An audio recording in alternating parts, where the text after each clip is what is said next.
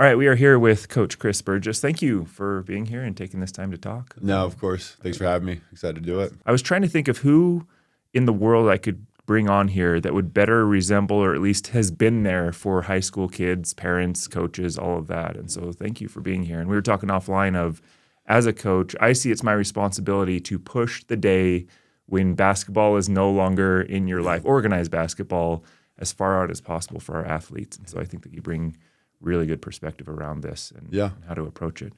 So I guess the first question to start out is, they could make a 30 for 30 about your life, and you were the number one recruit coming out of high school. I have all kinds of questions about that. So what did that look like physically, day to day, and training for that, and also going against teams always wanting to take you down, but also kind of the emotional aspect of all of that? You know, this is a world back in the 90s before social media. So, you know, publications that came out were like USA Today or, you know, Sport Illustrated. And so you'd read those and you knew those. But honestly, what it looked like was I was 6'10", 230 pounds, and in an era, in a time where like bigs didn't stretch the floor, right? Yeah. So I could dribble, I could pass, I could shoot. I was athletic. I wasn't an elite athlete, but I was a mobile athlete for my size. And so when you see that and you check those boxes, it's just like it's almost like a unicorn. I hate to say that, but like not a lot of big guys did that, right? They were comfortable to, you know, shoot from outside, run the floor, catch lobs, play make. As like I would come up ball screens, I'd come up dribble handoffs.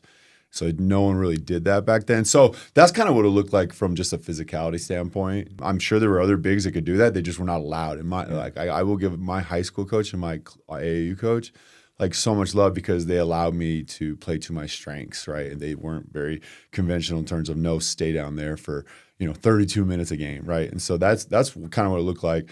From every time you compete, right, you were targeted, right? Because if you played well against, you know, first of all, we were a really good team, both high school and club. But if you played well against a top recruiter, the top big, you were put on the map, right? You were talked about. You were in Next Blue Chips magazine or whatever it was back then. And so, man, I was kind of the circled game, so which was great, right? It made me understand that like I had to be at my best. Yeah.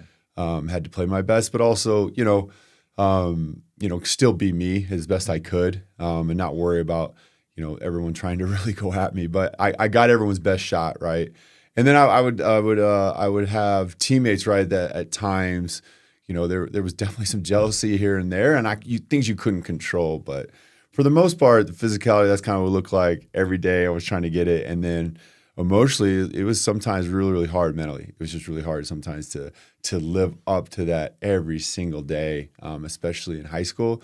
It just felt like you were not allowed to have a bad day. Yeah, it seems like you have to, I don't know, mature quicker than others when you're in the spotlight like that because they see you almost as an adult, even though you're a teenager going through these decisions. Yeah, especially the fans, right? Like you know, if you were a road game, every overrated, you know, could care less about that stuff. That only motivated you, but it was more kind of your own fans or your own family or your own friends that you were trying to, you know, live up to it more than the like haters, I guess. I could care less about the haters. That they were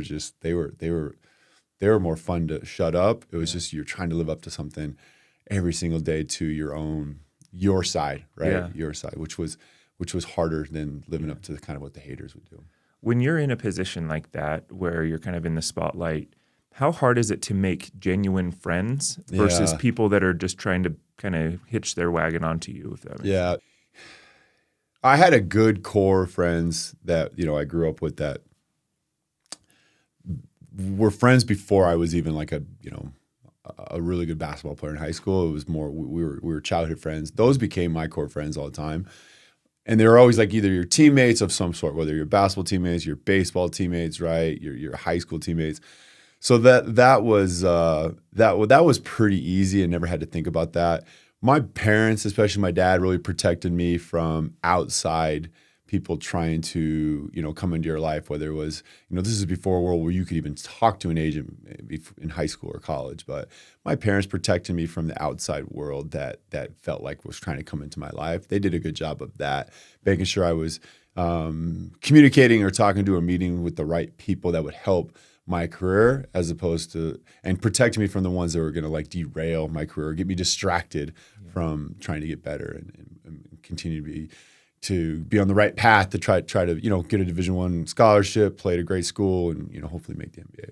Yeah, I think hopefully those that are in high school right now, whether that's you're kind of a local celebrity or even on a national celebrity side, I think they go through a lot of that, of all of this you're talking about. Every game, every day, every person you interact with, if you have a bad day, they're like, oh, he's a jerk. But it's like, I had a bad day. Yeah. It really is true. And these kids are, magnified with the social media that is put out there for good and for bad, right? Like, the amount of scholarships, I bet, or the amount of rankings people moved up or gotten on the map because of social media, there's such a positive influence on these guys' ability to be seen, and there's just as much negative. So, like, even though like I didn't live in a world of social media, right? Like, I think there's some really, really good stuff with it, and there's obviously some distracting stuff. Yeah.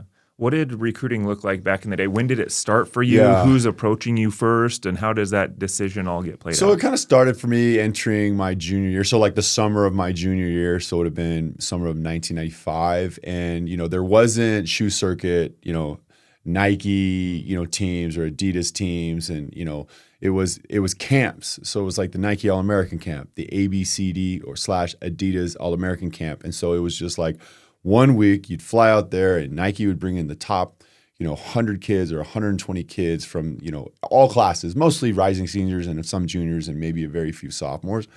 And I went to the Nike All-American camp. I think there was like maybe 10 of us from the California area. And it was in Indianapolis. They actually played at, the Dome out there. And I had a really good team. And my point guard was Mike Bibby. And any big guy in the country wants to play with Mike Bibby, right? Because if you ran the floor or if you found a window to get open, he delivered the pass on time, on target. And so he's the ultimate creator, and I was like the ultimate finisher. Mm-hmm. So I played well simply because I ran the floor, he delivered the ball, easy dunks, easy layups.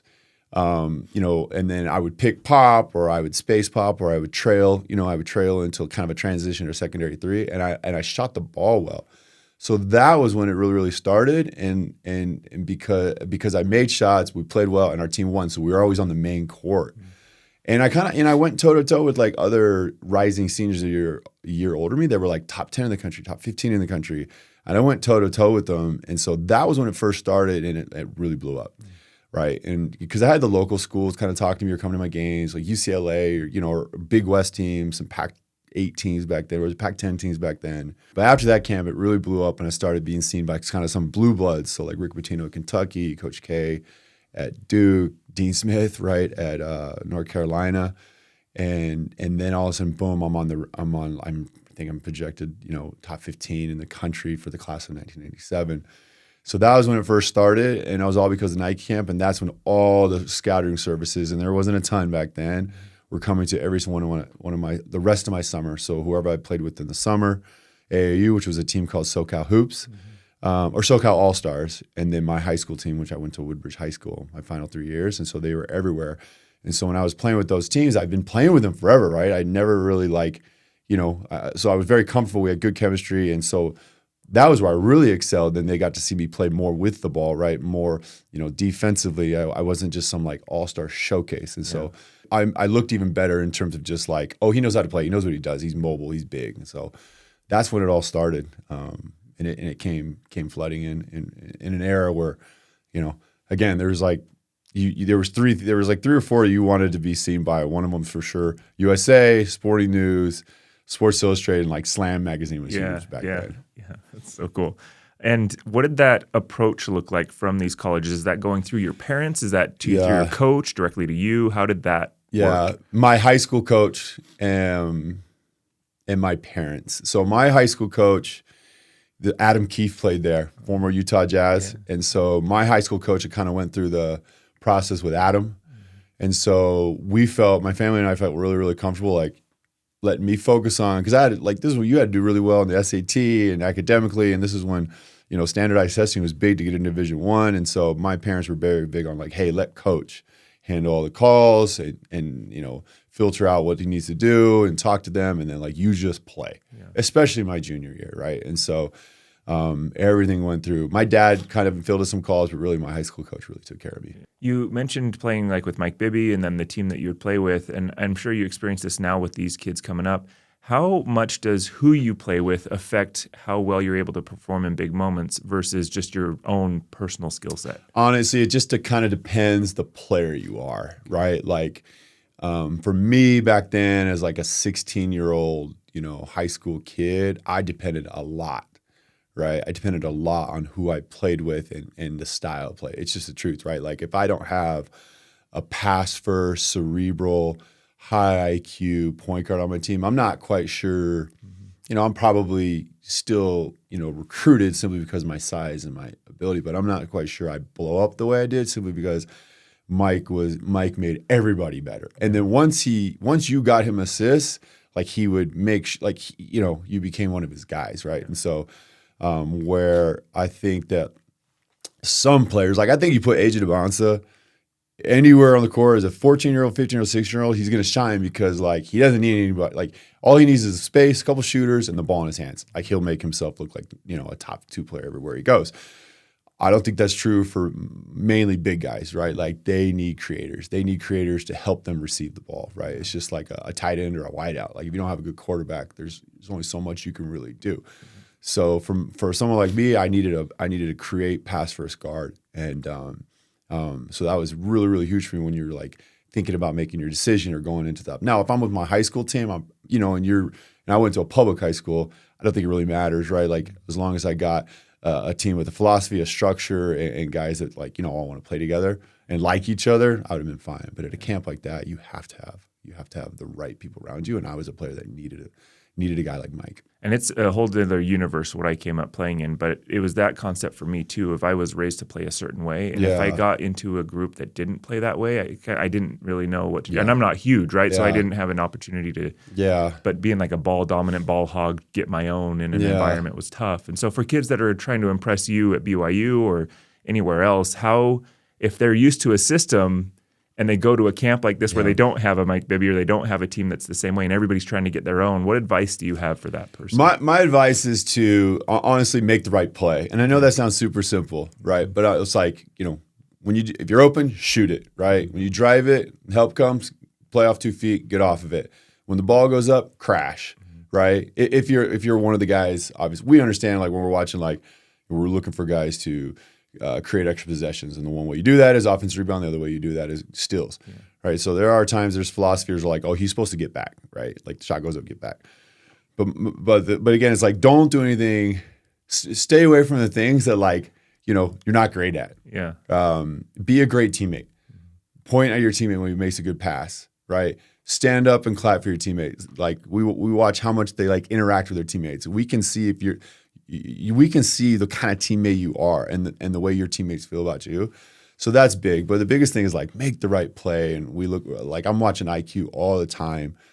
And we can see like we understand when the ball's not finding you, right? We're not worried about that. We have really good, I think college coaches, the more I've learned, I've been doing this 11 years now, but each year I've gotten better and better, I think, and learned a lot from colleagues is like we have really good imaginations of how you fit in our system and our style, no matter what you do out there. Right, like we're going to see a lot just in the layup lines. We're going to see the way the ball comes off your hand. We're going to see the way, you sprint the floor. We're going to see the way, like, do you hunt the corner, right? Do you play off 2 feet? So there's a lot of things you can do that you can control, and that's what we're watching is the controllables. We understand the uncontrollables, right? Now we also can see if you're hiding, right, and if you're scared of the moment. And so, the Marriott Center's loud, right, and the Big 12 is one of the most prestigious conference in terms of like every road game is just brutally loud and you cannot play scared. Like you have to have like something about you where you want that moment. So we can see that as well. Yeah. And that's what's so interesting, again, for kids that are coming up here is I think in their mind, and even at the high school tryout level, anytime they make a shot, they look over at the coaches. Yeah. Like, did you see that? And it's like it's all about the scoring aspect. Yeah. Of it. And so to know that you're looking at other things is important. I would say the scoring, great scoring, but like it's not that big of a deal. And I was told that as a kid, and I didn't believe it. Mm-hmm. And it wasn't until I really got into coaching where it's like, yeah, okay, it's great. Like we just watched the kid the other day at the Section 7 camp that, I mean, he lit the world on fire in terms of his points, but it was like all we talked about as coaches, like, do you see the way he used that screen? Do you see the way he came off that screen? Do you see the way when he was getting hot, they doubled him and he just got off the ball easily, didn't force anything. Like we're talking about that more than how many actual points, or is, if like, it's to us, it's everything. Cause there's only a certain couple of guys a year that are going to come into college basketball and, average 15 to 25 points right away. Right. It's all the other things. Can you do? And it's like, and the main thing no one really talks about is like, can you keep your guy in front of you on the defensive end? Because a lot of times we're like, oh yeah, he can play the two, but who can he guard? Yeah. Right? Who can he guard? And so it's we have a good imagination, but I would tell kids like, yeah, it's great to score the basketball, but like, what is your end? What else do you do? Right? Yeah. And that's going to separate you. And sometimes it's just like he's an elite communicator. Yeah. That separates you. That's cool. Take me through both your playing experience and now as well of that transition from high school to college. What surprised you the most? Yeah, so, especially when you go to a place like Duke, right? And obviously Duke has won, I think, 3 more national championships, and Coach has probably won 1,000 more games before he retired. When I got there in summer of '97, surprised me the most, honestly, was the length, the speed, and the intelligence of the game, how smart guys were. Like the length and speed, obviously I think it's really hard for bigs because when you're the tallest guy every single game, like you might get a random game where you get a 6'8" guy.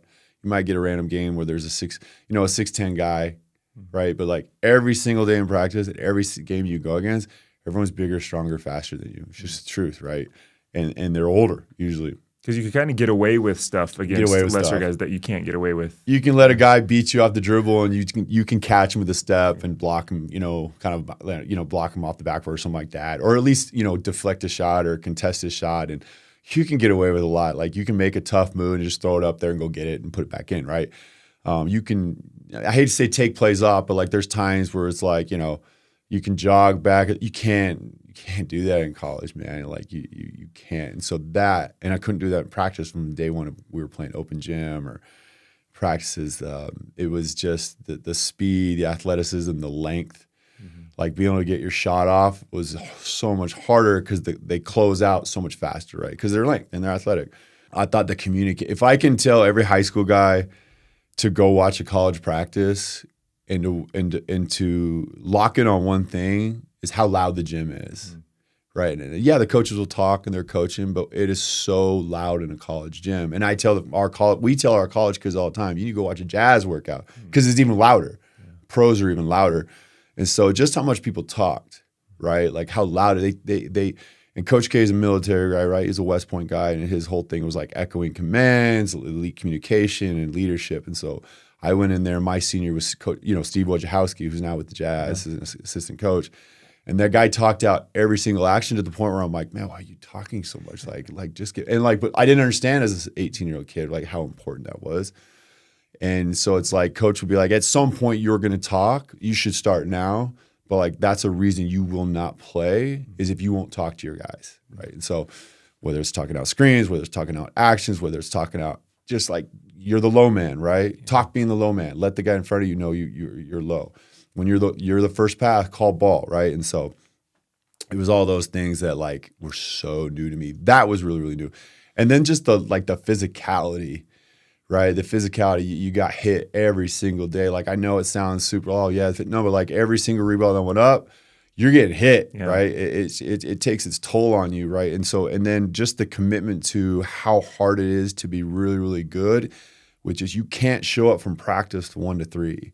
It won't work. It just won't work. There's too many people that are there at like 7 a.m. getting extra shots. And again, this is before the gun, right? This is before the gun. This is like you'd have to call a manager. Honestly, the smart people would partner up. Like I was really lucky to be freshman with like Elton Brand, William Avery, and Shane Battier, right? And Shane was like an 18-year-old kid, but really was like 35-year-old vet, right? So like Shane would go and shoot. So I was like, Shane, whenever you like, I'll come help you, or like let's partner up. So you got to be there in the morning. You got to be there early doing something ball handling. What are you doing to get better besides 1 to 3? And like it takes sometimes people like 2 to 3 years to figure that out. Mm-hmm. I think kids these days are better because like there's so many more trainers around. There's so much more access to gyms. There's the gun. There's all these different things around, your city that you can do to put in time. And it's something actually I'm trying to teach my boys right now is like like understanding how hard it is if you truly want to be good, right? Like, because there's people out there working way harder than you. So that was really new to me. Was like, before I was like, yeah, I'd go shoot on my own and I'd go play pickup, but really it was like, you lock in from 1 to 3 in practice, and that's just not, it's not going to cut it, right? And so how hard it is and how sore your body is afterwards. And so the next piece that was really, really hard for me was an adjustment, was like taking care of your body, ice baths and like treatment. That wasn't, I didn't do that in high school. It was like, I went to practice, I went home and I hung out with my friends or grabbed something to eat, right? And that's kind of what I did. Where now it's like, practice ends at 3. I'm not getting back to my dorm until like 5 o'clock or 4:30 simply because of all the treatment you're getting. And I know it sounds like, well, you're 18, you're fine. It's like, I learned from vets around me. I had good seniors around me, starting with Woj, about like going to get treatment, jumping in the ice bath, getting the massages, taking advantage of all the resources that Duke had. That was a big deal. Yeah. Like, that took me a long time to figure out. That's wild. And let's back up a little bit. Take me through that commitment decision. I mean, you were recruited by a lot of different schools, including schools that you're very loyal to. And so what went into the decision? How did you ultimately pick Duke? And like, as an outsider, it's like, Duke's awesome. So of course you would go there, but I think there's a lot more involved. Yeah. So, I mean, I was a Southern California kid and I'm an LDS kid. So like, you know, my dad went to BYU, he played on the freshman team back when you was a freshman team in the 70s or whatever year that was. And so like BYU was always, you know, grew up in a BYU family. So they were one of the first, of course, right? One of the first schools that like reached out to my high school coach. I think I was like 14 years old, 15 years old. And then UCLA, I went to a ton of home games my sophomore year as a recruit, and they won it that year in 95, right? With Ed O'Bannon, Charles O'Bannon, J.R. Henderson, Toby Bailey. So like, that's obviously super impressionable when you're a high school kid. Like, I want to play the best team in the country, right? Because that year they were. So like UCLA was a big deal, staying home, and they were very good. BYU. I was always a fan of Duke. Obviously, they were always on TV, the ACC on ESPN or ESPN2. You know, they had players that were similar to me that I grew up watching, starting with Danny Ferry and then Christian Laettner, and then a local Southern California kid who I watched in high school, Cherokee Parks, right? And so I was always a fan of like kind of following these guys' career. And so never in my wildest dream did I ever think they would like start recruiting me. But that was after the night camp, they started recruiting me. So then Duke became like a reality in terms of like, hey, this might be an option, right?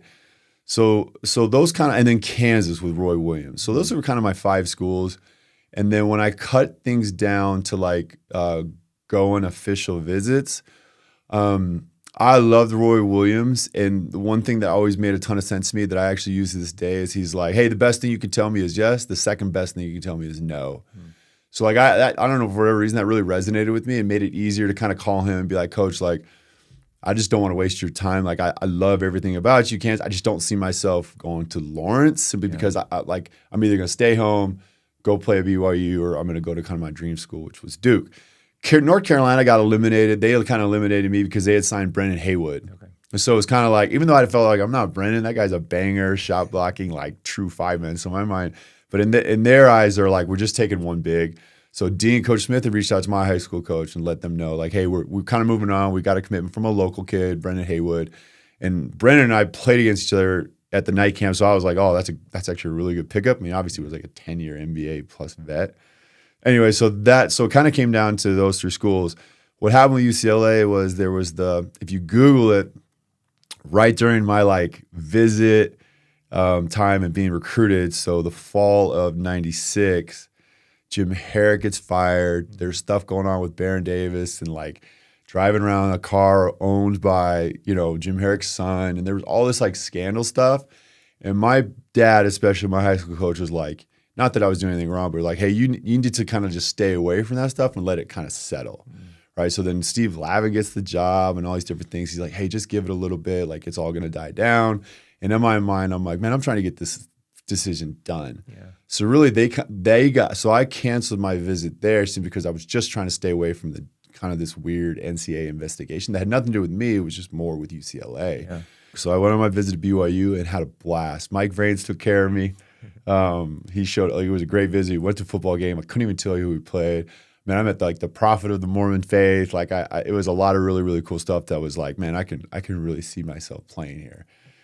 And then I went on to Duke, right? And this was when Duke was coming off, Coach K was coming off his back injury. So they were a little down for Duke standards, but it was still a team had Wojo, had Trajan Langdon, they had signed Chris Carrawell, they had signed Mike Chappelle, Nate James. It's a team that's like, oh, they're going to be fine, right? They're going to be back to what the Duke standard is. And so that visit was like honestly more surreal to me. I got to go to like an exhibition game and see the Cameron Crazies. Campus is beautiful. If anyone's ever been to that campus, it's one of the most pretty campuses in the country. And just my sit downs, Quinn Snyder was an assistant, right? My sit downs with Coach Snyder and Coach K, I just really felt like this was like they had a great vision for me for how I would fit, and it was going to be a really, really good place. And I felt like that, like if anything, nothing drastic in this. I told my dad, I feel like this is where I'm supposed to be. And my dad was like, okay, we're not committing on any. We need you to like think about it, write some pros and cons, and do a number of things to kind of before you make decisions. So I got home, and of course, like BYU and the Roger Reed and those guys were putting like the full court press and coming to visit, doing home visits. And as that's happening, Duke gets commitments from Shane Battier, Elton Brand, William Avery, right? Like two McDonald's All-Americans and 3 like top 25 kids.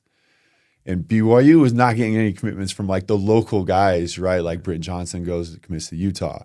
Michael Johnson commits to the University of Washington. John Carlisle commits to, where did he commit to? University of Utah. So I'm like, man, I don't want to be the only one to jump in. Yeah. Like it was me and McKelly Wesley, the only two that had jumped in. So I felt to achieve my like goals and dreams at that time, like I needed to play against the best every single day and in games. And I needed to play in a conference that at the time you could argue the Big East or the ACC were the best conference, right? Probably because it was on TV the most. I was like, I need to go play against the best. Yeah. So that was a big deal to me where, BYU isn't where it is now, right? It was a good school, but like they were in the WAC, which was a different conference, right? And it was just, in my mindset was like, I got to go play the top at the top. I think that's mostly every kid's dream. So I kind of told my dad, called his coach, and felt really, really good about being part of that class of like the Fab Four is what they started calling it with us, 3 McDonald's All-Americans and William Avery. I was like, man, we have a chance to like, go to Final Four after Final Four. That's what you're supposed to think as an 18-year-old kid. And so I committed to Duke and was actually really, really excited.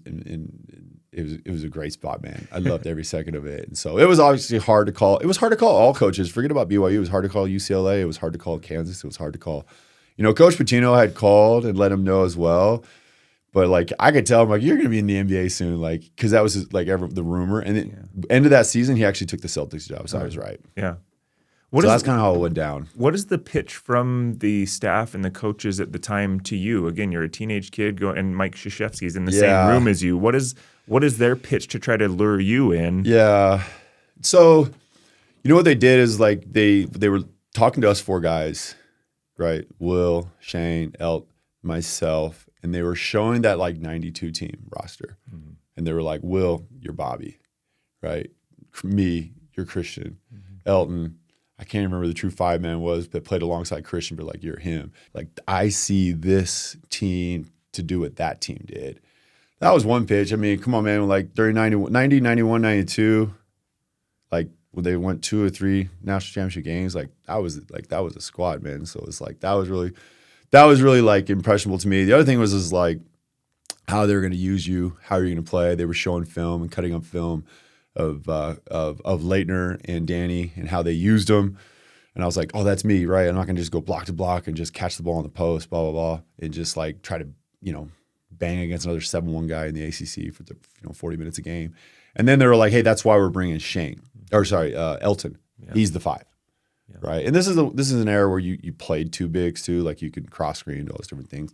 So I just felt like who I would be playing alongside, like how they would use me, how they saw us as a team, and then who they had coming back. Wojo, this senior captain, Trajan, one of the best shooters in college basketball, Carrawell, really good freshman year, right? I think he was like all freshman team, and they're like, that's your guys' team. Like, we have a chance to be really, really good. So the idea of playing against the best and winning at a high level and having a chance to potentially go to like 4 Final Fours, that was the pitch. Yeah. That's what sold me. And I don't know how deep you want to go into this, but talk about, again, the psychological aspect of this is now you committed to Duke, and then BYU was kind of your school, and somebody was quoted as saying you let down 9 million Mormons. I mean, I think it is part of my history for sure. Yeah. And it's something I'm okay to like everything's come full circle now with how I work with BYU. I'm really close to the Reed family. Yeah. Both Roger, Randy, Robbie, Darren Reed, like they're all good friends of mine. And it was just like a moment in time that like, that like when you're an LDS kid and you grow up in kind of a BYU family and like essentially you turn your back on them, you're feeling the weight of the world, or like you really are feeling like you're letting down people. And that includes like your ward members. That includes like your stake pres. Like it's weird. It's a hard responsibility to explain, other than that's how I felt. I didn't think about letting down. I could care less about everyone else. It was the people that I was connected to. Yeah. That's what, because they're all everywhere you go in church or this, like, oh, go Cougs, this, and I get it, right? I work there now, and like I love BYU, and so now I understand the magnitude of BYU athletics. Now, I didn't understand it back then as a Southern California kid. I understand it within my household and my church, but I didn't understand the magnitude of how big the fan base is, how much they love their athletics, how much they love their university. I understood UCLA, right? Because that's where I grew up going to games. I understood Duke because they were on TV every second, right? And so that to me was it was hard, because I really did feel that way. I did feel like, oh, I know they let him down, but like this, I got to do what I feel is best. And, there's a process that we're taught in the Mormon faith of how to go about decision makings, and I felt like I went about that process with the help of my dad and like my bishop and things like that, to make sure I was thinking about this the right way and going about this the right way. So I felt good about my decision. So I was like, if we believe in this, then like I feel like I'm making the right decision for whatever reason. So, and then once I talked to Coach K, because I called Coach Reed first and I talked to Coach K, I felt way better. Yeah. And then for some reason, someone asked me how it went with Roger, and it was a local Salt Lake reporter, and I just kind of randomly was like, "Oh, he was upset. He said I let everyone down," and like I didn't mean it like as I was pissed off that he said that, or I was angry he said that. I just kind of was like, "Man, he just said I let people down," and kind of moved on to the next question. They're like, "Wait, what?" And then it just kind of blew up. Yeah. So it wasn't meant in terms of just trying to start some side of fire. It was just more of just like a side comment of like, he wasn't happy. He said a lot of people down, and then it just went on. It kind of unfolded in a way that I wasn't really expecting, and then has lived with me for the last 30 years. I just can't imagine it as someone my age, let alone a 17-year-old, like trying to deal with that. That's just a lot. It was a lot, and it was a lot. Again, thank goodness it happened in an era of no social media, because that would have been really, really tough. And everyone's path's different. I made my way back to BYU some way, somehow, and I'm trying to do everything I can to help that place be good and help that win. But during that time, right, like I was not supposed to be there. And then when I transferred, I wasn't supposed to be there for whatever reason. I was, when I transferred from Duke to Utah, I wasn't supposed to be there. I was supposed to be for a lot of different reasons at Utah with the friends I made. I met my wife there. I was able to get married and start my family, and so everything happens for a reason. I'm a huge believer in that. I just think that's just part of my history. Yeah. I want to go back now to some of the playing aspects of, you talked about that huge transition from high school to college. So for high school players now who are considering playing college, and that might be a JUCO, that might be a D2, D1, whatever it is, what can they do now to get ready for that college game? And maybe they have the summer to figure it out. What's the best way for them to get ready for that transition? Yeah, I think there's a few things, right? I think the biggest thing is like fall in love with the game, right? And that just doesn't mean the actual games that are 32 minutes, 40 minutes, whatever it is. Like fall in love with the process of being good. Fall in love with practices. Fall in love with like working on your own. Fall in love with just going on the gun and shooting. Fall in love with like grabbing your dad or your friend and just do partner shooting. And like that is huge. You have to love the game, because at some point there is going to be a ton of adversity in college or when you're trying to get there, where you're gonna question whether you want to do this, right? You want to do this. That's one thing, is like fall in love with the game, fall in love with the process of just getting better every single day, and be okay with bad days. Yeah, just be okay with bad days, because they're gonna happen. Yeah. That's one thing, and play. I think we live in my generation, like we didn't have skills trainers, other than your coach or your dad or we didn't have that. We had pickup, we had one-on-one, king of the hill. We had, just stuff that was competing. We had competing against someone else, where it's like you walked on the court, 1-on-1, 2-on-2. I'm going to go against you. I'm going to compete. And that's how I'm going to get better. I'm going to figure out how to ways to get around you or how to guard you simply on just playing. And that could be pickup. Like our job is like, hey, where's pickup? You know, my dad would drop me off at 32nd Street at Newport Beach and just go play against these older guys. And like, that's how I grew up playing. Now it's like there's a little less playing and it's more about the trainer, which I'm like, man, I wish I had a trainer as a kid, right? And to like the skill level these kids have now is incredible what they're learning, and an incredible amount of offensive moves or defensive schemes and things like that they're learning from their skills trainer. My advice is like blend them both together. Don't just go to a trainer 3 or 4 times a week or try to balance it where like you are going to try to, and you got to drive to Logan, go drive Logan and play. Yeah. Like find the skills trainer that's going to make you better. Work on those. Go shoot, but make sure you're playing a few times a week. You're going to learn so much about the game and the reads based on the moves you've been working on simply by playing, and you're going to learn how to compete. You're going to learn how to compete. Too many kids don't understand or want to compete, right? They want to cross the lines and they want to be posted on social media and they want to look in their videos. And it's like the good players that we coach, those guys could care less about social media. They know what social media is about, but they can't wait to cross the lines because look their like potential competitor in the eye and be like, hey, I'm going to compete against you. We're going to make each other better. Learn how to compete. And the only way you can do that is playing. Yeah. And I think that's becoming a little bit more lost. I wish people would compete a little bit more. Well, and I feel like the skills, there's so many skills out there of shooting, passing, dribbling, all of these things. But I think winning is a skill. Like learning how to win a game, there are people that just have it and they don't have to score 40. Yeah. They might get an important rebound, an important steal, an important stop, whatever it is. And it's a reason why Cam Boozer might jump. You know, if Cam Boozer wasn't a known winner his whole life, I don't think people are talking about him being a top 3 pick. Yeah. But, because it's like, oh, he can't do this, he can't do this. But you know what he can do? He can win. And so I think, like, winning is such a skill. And again, when we're talking about, we're doing debriefing our recruiting, it's just like so-and-so won. Like they got to the championship, they won. That guy finds a way to win. It's huge, right? Where, I think because of the amount of games these kids play, there are going to be losses, and sometimes you just be like, okay, I just lost. It's no big deal. I got another game at 2:00. Yeah. Right? A question for you too around like, what do you do at BYU and what did you experience at Duke and Utah where at least at the high school level, we go through our drills, whether that's shooting drills or running through plays and skeleton, but then we get in games and everybody's bigger, faster, stronger than the JV team that we've been going against. So what can you do in practice to replicate the speed and the intensity and the adrenaline of a game, but in practice so that it's not as much of a difference? Yeah, it's a great question. So in the college level, especially BYU, we do have the luxury of like all these extra bodies to like when you're doing skeleton offense or 5-on-0 or like maybe just a quick transition drill, we can actually throw, managers out there or graduate assistants out there or like, the 11th or 15th guys out there to kind of rep. And it's like, hey, this play dummy defense, don't foul, but like give them a little pressure. So we can actually replicate because we have more resources than high school kids of just extra bodies. And the other thing is like, I remember some coaches I've worked for is like, I don't care how fast they're going to, like we're talking about practice. We're talking about the end of practice. We're going to go through this 5-on-0, down, back, down, running plays. I don't care how fast they go. I'm actually going to blow it up, put them on the line and tell them to go faster. Right? Because he's just like, I just want to prove a point. And he's like, and it's the same thing when we go live first play. I'm just going to blow it, be like, you're not going fast enough and just make them run. And so like, I remember one time it's like ball went up, they rebound, they kick ahead right away, guy sprint at the corner, coach blows a whistle. He's like, that's not fast enough. We're not going hard enough. Get on the line. And I was like, man, I don't know if they can go faster. But the point was like, they got to understand like you have to go faster. You have it more in you. I actually watch it. Like I have a son who's going to be a high school, 9th grader.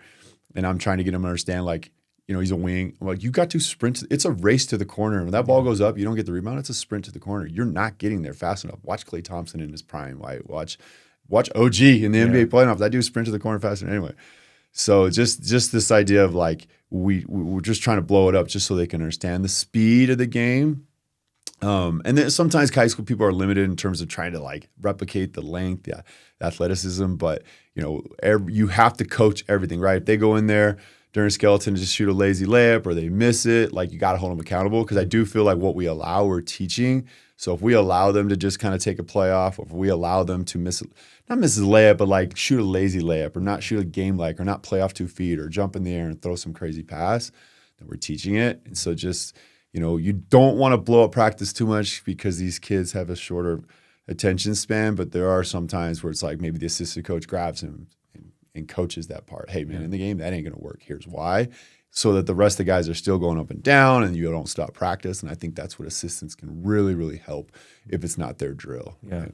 Well, and then take me through now. This relates a little bit to these days too, of you transfer, right? So you go from Duke to Utah. What came into the decision to transfer? And it wasn't as, I think, I don't know, it wasn't as common back then as it is now. It's every year you're jumping around. Yeah. But take me through the decision to do it and then also what you're seeing nowadays with the transfer portal. So mine was, I think when I transferred, I was one of maybe 40, 35, 30 kids. It wasn't a big deal. Because first of all, you had to sit. First of all, like most people wanted to be there for 4 years. Yeah. From an education standpoint, from a coach standpoint, from like, that's just part of it, right? You keep moving up just like you did in high school, right? Yeah. Like you're trying to like get to a senior where you're the guy. Mine was simply, I actually loved my time at Duke. We won a lot of games. I got so much better. I learned a lot about game of basketball, how to compete, played against guys that are now GMs in the NBA. So I learned so much just from my teammates, let alone coach, right? Because it was just so, but for me, it was like, man, if I am going to play this true five, right? Because I kind of gotten away from being the stretch five or stretch four. I thought maybe it was how I'd play. I need to go to a place that's probably down a level. And I hate to say Utah was down a level, but it was the Mountain West, right? Yeah. So it was down a level, just not in terms of the team, because they were obviously going to the Final Four. They were going Sweet 16s. Majerus had it rolling. But it was like I felt like I had to go down a level just in terms of conference. And I had to go play for a coach that was a proven, big man, oriented, throw the ball in the post, most possessions situation. It had nothing to do with where, like location, it had nothing to do with that. It just happened to be University of Utah, Rick Majerus, because that guy had it absolutely rolling there in terms of winning, competing, and big man play. Yeah. That's how I felt. I did have a relationship with Britton Johnson. We played some like post-senior all-star games. He was getting back off his mission. And so I felt like, okay, like, at some point Britton and I could play together. We got good chemistry, good synergy. Like that could be something. But it was mainly to go play for Coach Majerus, just with his style of play. I knew he was going to hold me accountable. I knew he was going to make me better in that aspect. It was more about that than anything. And I did feel like, like a redshirt year was super necessary for me to become bigger, become stronger, become, older. Yeah. Right. And also sit back and just look at the game, because I think for 2 straight years, I put so much pressure on myself that I was focused on the wrong things as opposed to what was truly happening out there. So I felt like sitting back and watching the game and learning, right, from a place like Utah and Rick Majerus would have been super beneficial for me. The issue was I just couldn't stay healthy once I got there. Yeah. But that was the main reason. Yeah, like Utah, like I had family here. I think my brother was at UVSC at the time, and he was transferring up to Utah. I had some high school friends that were going to be juniors here at Utah. So there was that factor too of like there was some comfort of like, okay, yes, it's a basketball decision. But like just the good news is like I'm West, right? I've got some friends. I got some family out there. This seems like a good decision. And this was before, like when there wasn't a transfer portal. You just like went to your AD, you got your release, and then you reach out to schools, right? Like I reached out to a couple schools, and UCLA with Lavin was one of them. Utah was another one. And I didn't have a really relation with Coach Cleveland at BYU. In fact, like I think I ran into Vrains while I was on my visit at Utah, and he was like, come down to BYU. And in my mind, I'm like, you guys are trying to build, which they were, right? They went from like however many wins to they made the tournament by my like junior year.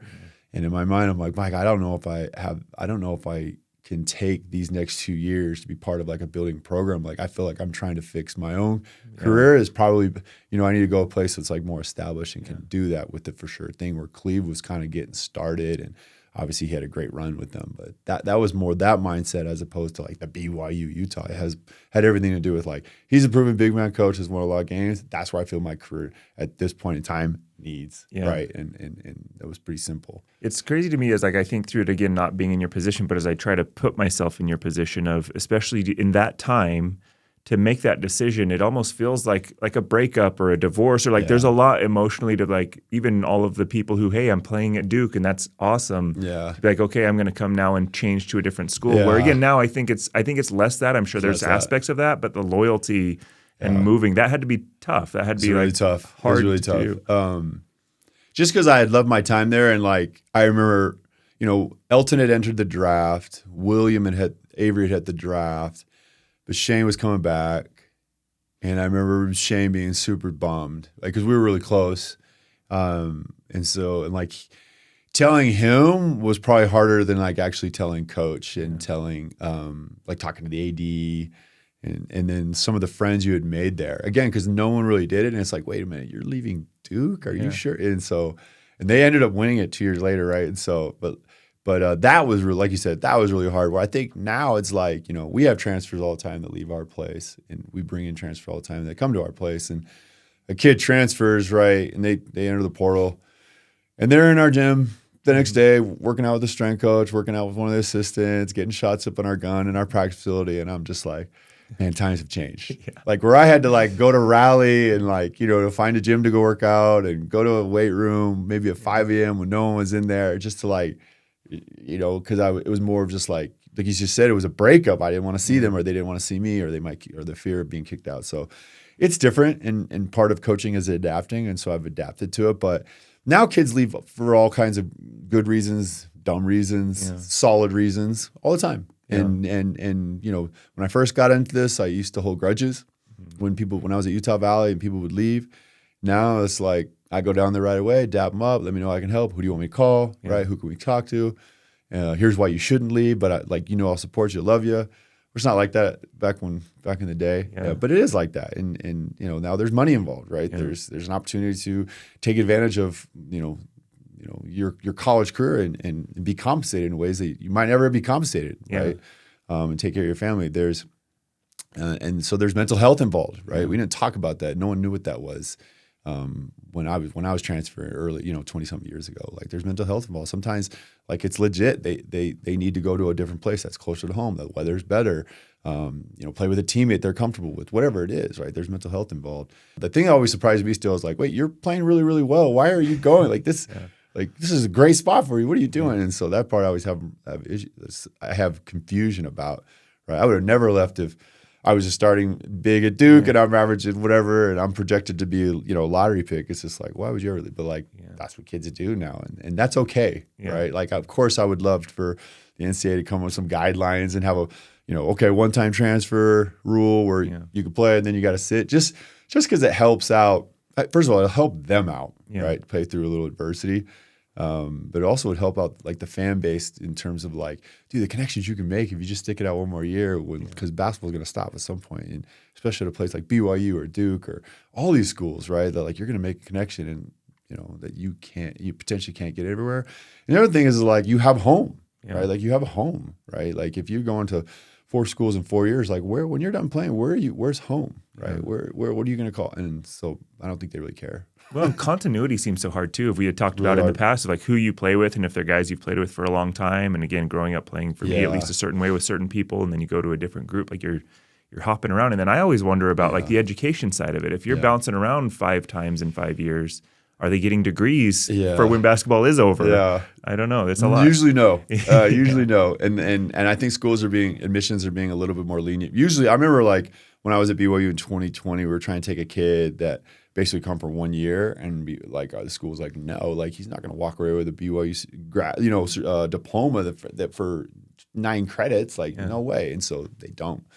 Right. Now they're a little bit more lenient. They understand the landscape of athletics and things like that. But they're like, are you leaving with that degree? What degree are you leaving with? And so there's a lot of reasons to transfer. There's a lot of things going on. It's way different. I do think that there needs to be a little bit more guardrails to protect both the kid and the university and the fan base and continuity of college basketball. But then like you'll turn on a college basketball game and it's like the greatest sporting event going on. And so it's like, who are we to say like this is a great product out there? Maybe what they're doing is right. I don't know. You could argue both ways, but we take advantage of the portal. The portal takes advantage of us, and we understand that that's just the way it is. Yeah, that's wild. Take me through too. So compare, I guess, and contrast Krzyzewski and Majerus and other coaches in your life. Now that you are a coach, what have you taken from them that you appreciate, and then what are some things that you're like, oh, I don't really want to? Yeah, so they're very different coaches, but the comparison of the two were. When I got there, they were established, winning, huge name coaches, right? Like, and what really I took away was like It didn't care who you were when you got to Duke or when you got to Utah, and they had guys come in that were big names. Mm-hmm. You weren't bigger than him or the front of the jersey, the name on the front of the jersey. Like, those programs were so established, your ego was at the door, right? If I walked in, or Elton Brown walked in, or Shane Battier walked in, or Jason Williams walked in, Dunleavy walked in, Carlos Boozer walked in, you weren't bigger than Duke and you weren't bigger than Coach. Same thing with Utah, right? Like, I walked in, or Britton Johnson, McDonald's walked in, or Keith Van Horn comes back and turns down the draft. You weren't bigger than Utah, you weren't bigger than Coach. Those are, and how to go about that, you win, you hold guys accountable, you coach them up, and you're not trying to be their friend, right? Like, you're trying to make them a better basketball player and a better human being. Those are the two things where I'm like, oh man, these guys got it established, right? And there's a way they go about it. You know, the difference is like Coach Majerus was a big time teacher, slow it down, stop, you know. If it was like your foot was off to the right or left, or your spacing, you weren't quite in the deep corner, it was like, stop. So there was a lot of stopping and teaching. Kay wasn't like that. Yeah, he taught, but that practice was like we were going, right? It was like we were getting up and down, or if it was a half-court day, we were always like, it was so competitive. Yeah, we did our drills, we did our communication drills, or our like get to your spot drills to teach pace or to teach echoing commands. But it was very just like, man, the end of practice, you were just so winded. Where end of Utah practice, you were just so sore from standing and stopping all the time, right? Those are different. Coach K was hour and a half to 2 hours. Like, let's go. He's militant, right? So it's like 10 minutes on the clock. We're going to be done in 10 minutes. Boom, 10. Where Majerus was like, I don't know if we're going to get through all this today, right? And he'd be out there for 3.5 to 4 hours. It's just what it was, right? Which I think is a big reason I always got injured, because it was like, this was really hard on my body of like, all right, we're standing for 30 minutes listening, teaching, and then boom, we're going. Right. And so what I took away from Coach K especially was just like the communication factor. Like all the like college-y stuff. I call it college-y stuffs, diving on the floor, right? Talking, being a good teammate, lifting them up, body language, right? With the message you're sending your coaches, sending your teams. Right, all of those stuff is what really resonated for me, because it was super new to me. Not that my high school coach, he was a good coach, but like he didn't coach the college things. He didn't have to, right? Like he was dealing with high school guys, but these college things were so important, right? What I learned from Coach Majerus, obviously I learned a ton about the post. Like, that was a post coach. Man, he was really good. I learned so much about the post. And I learned so much about like the spacing, the teaching, the footwork, the stance you had to be in. Right, all different kinds of pick and roll coverages, all kinds of different how to attack pick and roll coverages.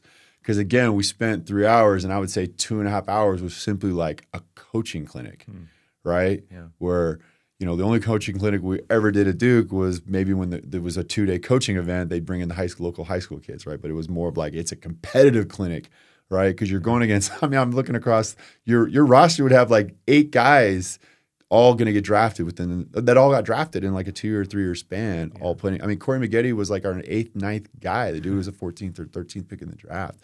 So like, yeah, we were taught, but the biggest thing we were taught is how to compete. Yeah.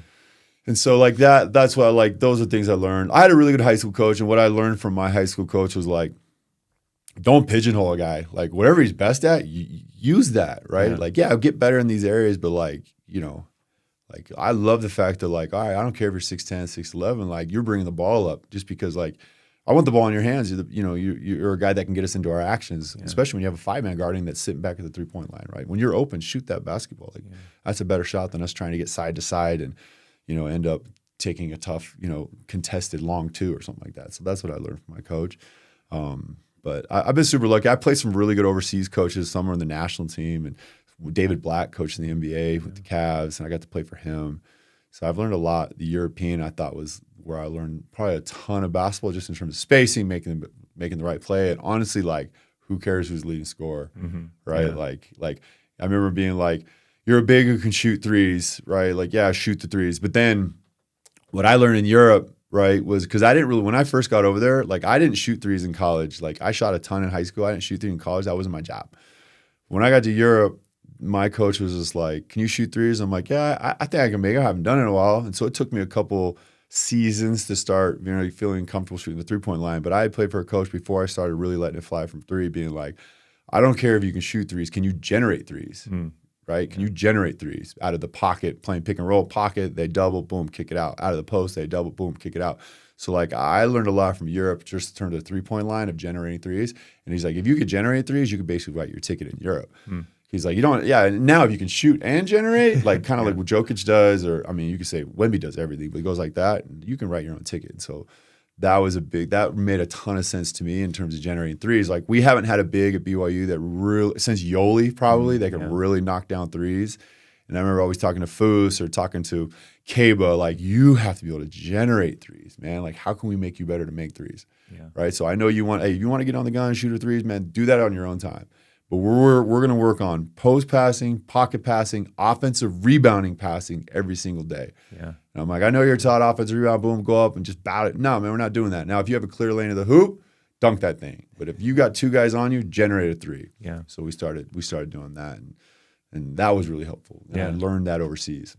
Well, and I mean, we got to play each other once in the mornings, but you're a deadly 3-point shooter in the context. And that's what I think people don't understand is that jump from high school to college, and then college to even Europe, and then Europe to the NBA of how good these guys are. Yeah. In an NBA game, they're not allowed to take threes, but you go to practice and they don't miss. They don't miss threes, but it's just a different. It was just like, I mean, coach was great, right? Like my coach, Coach K, Coach Majerus is like, every three you take is one less for Trajan Langdon. So I was like, all right, if you put it that way, right? And the same thing with like Majerus. Like Majerus was so good. I remember going to a practice when Keith Van Horn was there, and I have videos still of it on my phone where it's like, why are you not screening for Keith Van Horn? The dude is a first-team All-American. He's the WAC player of the year. Like, change that ball, go screen for him, right? Yeah. And so, that's the thing is you got to understand your role, right? Yeah. And it was my senior year at Utah before I got hurt. It was like, you don't throw that guy the ball every single time down the court, you're coming out, right? And I had to earn that, right? And unfortunately, I went down kind of 11 games into my senior season. But yeah, that was kind of what I was talked about. Now, if you're wide open, I think this day you have to let it fly. I think the game, everyone has to dribble past you. They just have to. You have to be.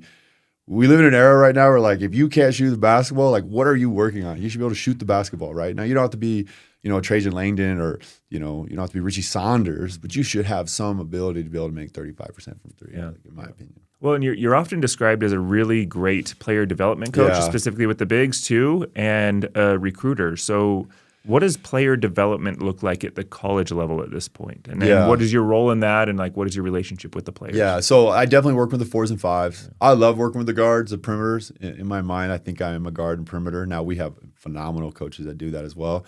But I would say like 4 to 5 times I'm going to work with the bigs. And what that looks like to me is like, what are we doing in the game, right? I think if I go to a high school practice and I go watch the bigs, man, the whole 15 minutes they're working on is like post moves. And I'm like, and I go to the coach, how many post moves does he get a game? Yeah. I don't know, 2 or 3. I was like, you just spent 15 minutes on the post for three shots? Yeah. Like, what are we doing? So it's like, all right, well, our philosophy is we play a ton of pick and roll, right? We crash the offensive glass. Right. And so it's like, all right, pick and roll. What are we trying to get out of it? All right, they're blitzing. We're trying to get out of the pocket. Right. So we work on pocket work, different finishes, spray outs, relocate. Right. And then we work on a ton of like offensive rebounding stuff, positioning, swimming, all those different things, finish it, and then reading it. Am I open? Go up. If not, kick it out, repost. The other thing is like, I got to teach these guys rim spacing or dunker spot spacing, or basically within, near the basket of like, relocating, getting out of the way, clapping. We call it claps. Some people call it gortat screens or, screening in. Working on, removing the low man defender or your defender or circling under. So we work on a lot of rim finishes. So like, all right, you circle under, we give you a little dunker spot pass, right? Where's the defender? Right. So if there's a 7-foot center, are you gonna like backing up? Are you really gonna attack him? He's gonna block your shot. So we work on touch finishes, right, or Jokic finishes. So I work on a lot of stuff that translates to the games, right? And then I go, what are we trying to get better at? So like, is it your shooting? Is it your passing out of the post? Is it your post work, right? And so things like that we'll work on. So like we have a player development like overall personnel coach, and then he puts together these plans. We call it the gold, silver, and the bronze. Gold is like, what do you do best and what you do the most? We're going to work on that. We're going to get really good at it. Silver is like, all right, an area you're trying to like get better at, right? So for some, like with Cabo's free throw shooting, that was an area we had to get better at, right? So that was kind of so. And then the bronze is like this, the details of like what you're trying to do to expand your game for the long run. We're only going to spend a little bit of time on that. So that's kind of how we look at it. at a whole. And I think one of the reasons that I'm able to kind of connect with these bigs mainly is like, first of all, I'm looking at them eye to eye, probably looking down at them mostly. So like I played your position, right? I played your position high level. I've been well coached your position. So I think I can like, hey, I know what it's like to go up and down 5 times, not touch the ball. Yeah. Right. I know what it's go up and down 5 times, rebounding your butt off. All of a sudden you give up a blown ball screen coverage, you get blamed up. Right. I know what it's like to give an offense. I've been in your position. Trust me. I know what you're going through. Come talk to me. Right. So I can talk to them on a personal level that they feel like they feel safe. Yeah. They feel safe. They don't feel picked on. They feel safe. Like they're just trying to communicate. Right. And I also understand to like when to leave them alone. Yeah. Right. Wait for a timeout. Wait for them to get some water. And then I'm gonna get them right, and then I have like a holster of bullets of when I like really get on them, and they know that like I'm not just a screamer or yeller. Like when I do scream or yell, there's a reason. There's a reason, right? So I know when to use that bullet, Yeah. right? I think, and I've learned that over time. And I've worked for some good coaches, and I remember I worked for Mark Pope, and I think first year into it, he's like, I want you to remember your favorite assistant coach and why that was.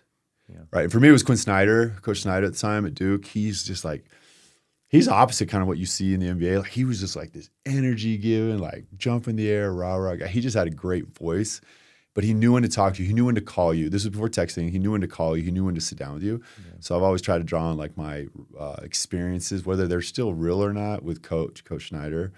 And so like I've always used that. I thought that was really good advice from Pope given to me. So I've tried to be that guy. So I think, and then honestly, like I've been able to kind of make it to this level in college and kind of hang my hat on the development side. Like, yeah, man, I would love to be a head coach someday, but I've kind of been able to carve out a niche with like, yeah, I'm good with the 4s and the 5s, and I take a ton of pride, right? So that's a big deal to me. Now, from a recruiting standpoint, to me, it's like relationship building. Who are your favorite coach? This world is so transactional now in the recruiting world. It just is. And now NIL, it's even more transactional. I still think there's a purity of like not just calling the agent, getting to know the kid, getting to know mom and dad or whoever has influence in their life, and truly getting to know their high school coach, getting to know the AAU coach, and truly trying to get to know the kid, and also, you know, try to I don't really talk about my story anymore. Like before, when I first got into it, I'd be like, I played here, I did this. That's not really it. It's more just like listening to the kid. Yeah. I have 3 older daughters that all, you know, play Division I volleyball. One's committed and going to be playing Division I.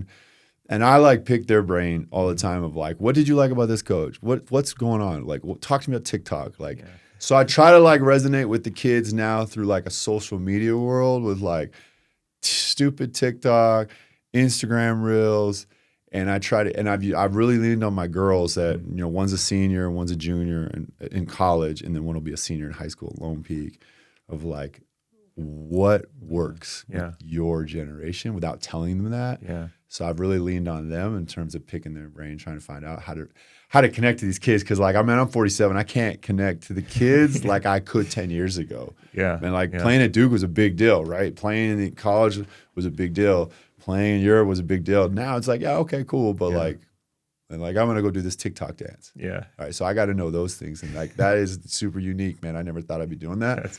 But that's kind of like, so that's how you connect to them. You have to find ways to connect to them. But I will say it's getting harder and harder because sometimes the agent, the parents are like, don't talk to the kid. You talk to us, the agent, blah, blah, blah. Man, I got to be honest. I do not like that.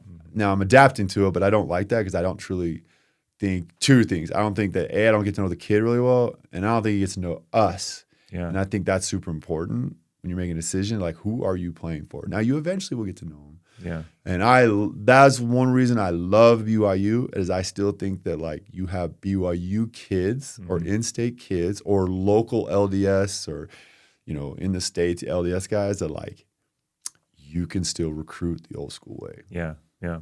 There's so much that I want to unpack here. So we'll do our best.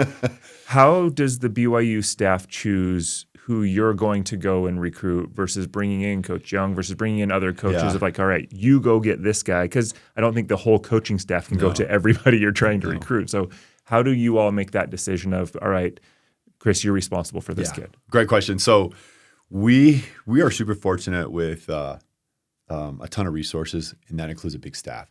So we have a recruiting coordinator or director, Justin Young, who's Kevin's older brother. And he's in charge of like the whole landscape of high school basketball, the grassroots, and the portal.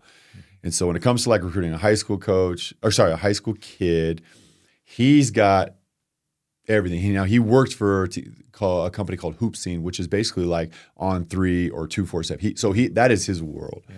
So he divides it up, and he knows every single coach's strength of like who they should go recruit, who they should go watch. Whether that's bigs, whether that's guards, right? Whether that's denominate, he knows. And then he works directly with Brandon Dunson, who's an assistant coach on our staff. So he's another part of the recruiting, coordinating, directing. So those two get together and be like, all right, you're here. You're here. You're here. I need you to call him. Kevin, send this text. Yeah. We got this Zoom call. They're in charge of everything. Makes my life really, really easy. So that's how it is. Like, if there is a big involved, right? And I know we're searching for a center right now. I might not be the lead recruiter per se for an international kid, because we do have a couple guys on our staff that like coached internationally, so they're very dialed in with the agents overseas. But like, I will do deep dives and not final says on the kids, but I will do deep dives on like how he fits, what his game's like, just simply because I have probably a good eye for the bigs and what's going to work, and like not who I want to work with, but like who we need, what this team needs at that position. So like that's a big deal. And the same thing, like we'll have a guy on our staff, if I'm talking to an LDS in-state guard, I'll be like, hey, Coach Linehan, will you watch these clips I put together, or will you go to Section 7 during this time and watch this kid? Tell me what you think. So there is a method to that madness, and it all starts with Justin Young and Brandon Dunn. That's wild. How do you balance in that recruitment talk with the agents or with the kids and their parents and I think maybe you felt this, you can correct me, but we want you to come here and this is the vision that we have for you and your future, without making it just like we're trying to get them and to take them off the table, and you genuinely want them to have that future rather than holding them back and maybe they become dissatisfied and then transfer, right? Because I think we all go into it wanting to have coaches and players want to have this great experience and let's win a national championship together. Yeah. But then sometimes they come and it's like, I'm not playing. I'm not starting. I'm not getting the minutes. So there's that balance, right, of like persuasion, but also like reality. So I think what Coach Young does a phenomenal job of is being super honest during the recruiting. So there's no like, you told me this halfway through the season. Yeah. Like, right, like, hey, I'm looking for a start. Like Rob Wright, I'm looking for a starting point guard. I think you're that starting point guard. Like, unless you completely come in here and the worst this, that, like, you're my starting point guard, the ball's in your hand, 30 minutes a game, I need you, right? Now we're going after a backup. Hey, Rob Wright's the starting point guard. Yeah. You're going to battle against him every day. Like, there are going to be times in the game where you'll play together. But for most part, I'm looking for 8 minutes a game at the ball in your hands. Do you want that role? They either do or they don't. Yeah. Right? So I think that, and that's just a small example of that kind of honesty. Now, there are going to be kids that be like, yeah, that sounds great. And then they get here and it's like, man, how coach is this, coach is that. Go in the office, right? And there's always this like, remember, like, this is what I told, this is the role. Keep going, keep developing, keep getting better. Like, you know what I mean? Stay ready type. But so it's very difficult because we're very like instant gratification type, players right now. And like, I remember that, right? Like I did the same thing I went to Duke. I was like, wait a minute, like I'm a McDonald's All-American. Why am I only playing 17 minutes a game, right? Like, but it's also like I get in the gym, work hard, like coach getting you better. So there is that balance, right? But I think the honesty, being super transparency, right, is very important. Yeah. It has to be, man. And then there also has to be the like, hey, man, like whether you're playing or whether you're starting, you're the role player, you're not playing. Like as coaches, we better make sure that like we're still giving everyone the same attention, right? Yeah, of course we're going to be drawn to the guys playing 35 minutes and working them out. But like I had a player last year, Xavier Stanton, who ended up transferring to Oregon State. Like no matter what, when he was not playing or redshirting, like we made sure he was getting like love all season and getting better. And I think that's huge. Now the kid ended up transferring anyway, and it's great. I'm cheering for him, but like I hope he has a great career at Oregon State. But at least I can like know at the end of the season, like we did everything we could to like during the recruiting process, we told him we're going to make him better. We're going to like pour into them, and we did. Yeah. Right. And I think that's huge. And it's not just on the court, it's the film, right? And things like that. So that's huge for us. But I hope that answers your question. But at the end of the day, I think transparency, honesty is huge. I think pouring into them, no matter if they're not playing or if they are playing, is huge, because I think that's a big deal why Rob came back was the amount of time the staff, mostly, obviously Coach Young and John, our assistant John Lennon, they poured into him. Yeah. Where he's taking a visit to Kentucky or he's being recruited by everybody. He's like, you know what, man, like that staff took care of me. Yeah. Right. I know what I'm getting here. I know I can be successful here. Right. Yeah, it's an interesting dynamic. I think in the business world too, it's like, oh, we're training these guys up that are going to go to our competitors. I think there's a little bit of that, but also you're benefiting from it at the same time. There's a lot going on there. And then like the playing time, when I was just out of high school, I worked at a place where in high school we had 4 brothers and then myself that were all like really close, really. And a kid asked, who's going to win one-on-one? You and these 4 brothers. It's like, I would. Like, it's just instant. And then I was like, if you ask them, it's the same thing. Yeah, of course. Because to get to that level, you have to have that edge and that competitiveness and that belief in yourself. So you have all of that type of personalities in a program of you've been the best your whole life, and now everybody has been the best their whole life. So it's kind of hard to sit back and watch when you think, hey, I think I could take that guy. It really is. And especially like in a world now where it's like, I can transfer and go play right away. Yeah. Yeah. Right. Let me do a do-over at Mulligan on the school. Yeah. Right. Where it's like, after my freshman year, Duke, and I hate to bring back, like, after my freshman year, it was like, man, I don't want to go transfer and sit and not play a year and watch my boy. You know what I mean? Like, I'm going to freaking get better and continue to get better and trust this process. Yeah. And then after my sophomore year, I was like, I'd probably be good to go sit. Yeah. And so it's like, but at least there was a thought into that before. Now it's just like, nah, man, I'm going to the portal at midnight when it opens because, like, for all different types of reasons. But one of them, like it's a fair reason, man. You have an opportunity to go play right away, and it's guaranteed, or it's a lower level, and maybe there's less competition. It's big.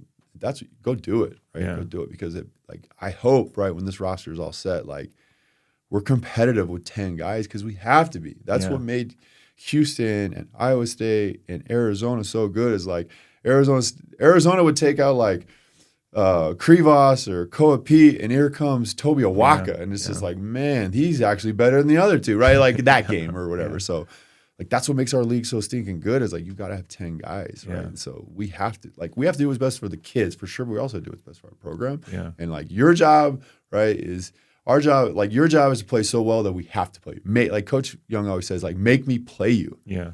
Make me play you, right? And so you can have that mindset, or you can choose not to have that mindset during the year. But during the off season, they can do whatever. They can leave. Yeah. The context of this question is kind of learning and teaching. So what I have found different being an assistant coach at this point is for me to play it, like there's certain things that I'm sure you feel. I can feel it. Like the game's happening, you feel it more than you're like cerebrally thinking, okay, here. You just kind of feel it. Yeah. And so going from the player to a coach now of being able to feel it and then being able to teach it and then being able to enforce it are 3, I think, very different skills and concepts. Yeah. So as you've had this experience as a coach coming from being a player, how have you learned to feel it, teach it, and enforce it as you've gone through your career? Great question. I've never really thought about it like that, but that is how it works, right? I think you have to be prepared. You have to have a plan. You have to have a process of how you go about things, and you have to understand how your head coach works. Now, personally, right, like you have to trust your gut in terms of like you're talking about feel it. So like, okay, I feel that like, this is the game plan we should be going, and this is what we're going to teach. And then that game plan can completely explode once it's happening. But hopefully, right, like you've prepared your guys, especially, come January and conference start, to like adjust on the fly, right? Adjust on the fly, right? But there's also this like don't overreact mentality that I think a lot of coaches in college, because there's so few games and every game matters, that we panic and we overreact and we switch everything right away. Yeah. I don't know if that's like that in high school, but I'm assuming it's like every game matters. Where like I've worked with a lot of guys on our staff that are NBA guys, Coach Young, Will Voigt, Tim Fanning, Jordan Brady. They're all NBA guys where there's 80-something games. Yeah. They don't need to overreact. Yeah. Hey, let it happen. Don't overreact. Hey, made a couple shots. Let the data work itself out. Let the back of his basketball card work out. Right. So there's that aspect of like learning from these guys of like, okay, he made 2 threes. It's all right. Right. Stay with the game plan. We'll adjust at halftime if steals go. But I think the one thing is like have an understanding of what's going on in the game and don't overreact. Don't get so emotional. Don't get so reactive.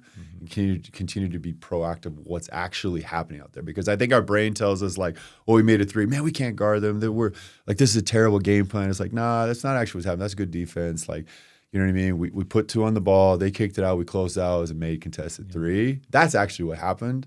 Not like some wide open three where a guy blown coverage. Yeah. So I think if you're like proactive and you're not, you know what I mean, and you're not so reactive, you're not so emotional, and you're not so caught up in the like moment, you'll actually truly understand what's actually going on in the game, what's truly happening. You know why we're down 7? Because we actually gave up 5 offensive rebounds, right? That's actually, it's not that 3-pointer that got us, right? And so I think that's super important. It was like not reactive. So we work with Dr. Craig Manning at BYU. He's a mental strength performance, and he's teaching our players and giving them the tools mentally, but he's also teaching us coaches how to be super proactive on how we coach these kids. And I think that ties into the feel it, how are you feeling, what's going on? And so, you know, a lot of times coaches will go and watch the game and be like, oh, that was way different than what I thought actually happened. Like, I'm actually pretty impressed with the first 10 minutes, right? Yeah. Houston's just really good. Or like Arizona's just really good. Or the ball just bounces a certain way. It's like I'm not that far removed from even playing and be like, man, that guy did everything he could to box out. We crashed. Toby Awaka, just, you know, he just got the ball. Yeah. So I think that's key, is to stay in the moment and coach the energy, right, of what's actually happening in the game, you know, and coach and stay present as opposed to being so reactive and trying to plug every hole. Yeah. I think you're speaking my soul, because we definitely feel that of like, all right, we're going to go zone. They hit a 3, get out of it. Like, get out of it. But we're very reactive. We're very at times risk adverse, and it's like, all right, if I'm going to give up threes, I'm going to do it my way. I'm comfortable with it. Because I say all the time, you bring up zone. I'm like, man, just go zone. Don't like, if we're going to give up threes, let's give it up a different way, right? Like, so don't give up and pick a roll. Give it up on swing. So anyway. I have a couple of questions from Doug Meacham, who both know he had some really good things here. But one of his questions is, do teams generally take on the personality of the point guard leader, their big man leader, or can both successfully share that role? Oh, that's a good question. That's Coach Meach? Yeah. I think they took on the personality of your coach. Okay. I do. Yeah. I haven't coached a team probably since Yoli and TJ Hawes. So Yoli Childs and TJ Hawes, where the team took on the personality of both.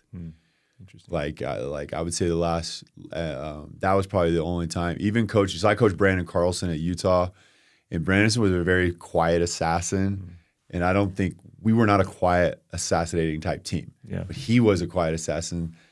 Where our point guard was Raleigh Wooster, and he was a guy that like would lose ball, dive on the floor. He was like Wojo a lot, right? He was just this annoying, pestering guard, and like that was the personality we took on, and I think it had a little bit to do with him and a little bit to do with who Craig Smith was as a coach.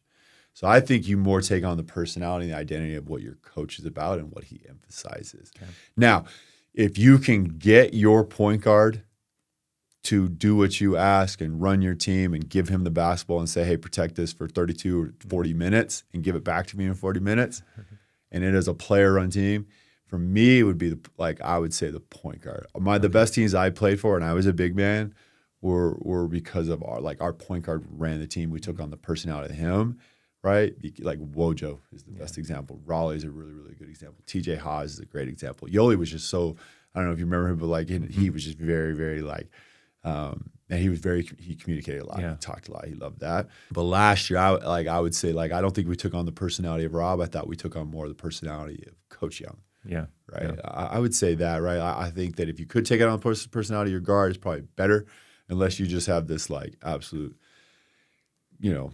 killer of a big who's just a leader, a communicator, things like that. It'd be great. That's interesting, because his follow-up question for that was that if you were building a team from scratch, would you prioritize finding a point guard leader or a big man leader? And as a big guy, my assumption was like, oh, he's going to say point a big man leader. Mine would be point guard, 100%. Yeah. The ball is in his hands. I think coaches are hardest on point guards. Okay. That's been my experience. Yeah. They have to be. Yeah. Because they're going to have the ball in the clutch late in the game, whether it's, bringing the ball up the court against pressure. Yeah. Getting to the free throw line against pressure. getting us into our actions when they know them all because you've been running them all game. Like being creative, I think it's got to be the point guard where it's like the big, we're too sensitive, man. Just rebound, defend, finish around the rim, and make the right reads. They'll be fine. I'm going to say 100% your point guard. I think the best teams are. I mean, just look at. I mean, I know it was the year of the bigs this year in the Final Four, but I still feel like when I was allowed, or when I do a family like bracket for the NCAA March Madness, I always look at guard play because I'm like, your guards are what's going to carry you at the end. In terms of like getting into your stuff, getting your actions, because it's going to be really loud out there. You're not going to hear the coach. You don't always call him. So I'm going to say point guard. That's awesome. Another question from him is, throughout your playing and coaching career, what are some things that you have grown to see that used to be big rocks or big things that you took or were bigger than maybe they need to be, and now you see them as, oh, those aren't that big of a deal? And then the flip of that, what used to be like, oh, that's not that big of a deal, but it really is. Yeah. I think you mentioned like recovery, right? Recovery is one that as a player you really learned to. Yeah. So I used to think, and this is going to sound really bad. So from a roster construction, I used to think like continuity was like, we have to have like bring back players continuity.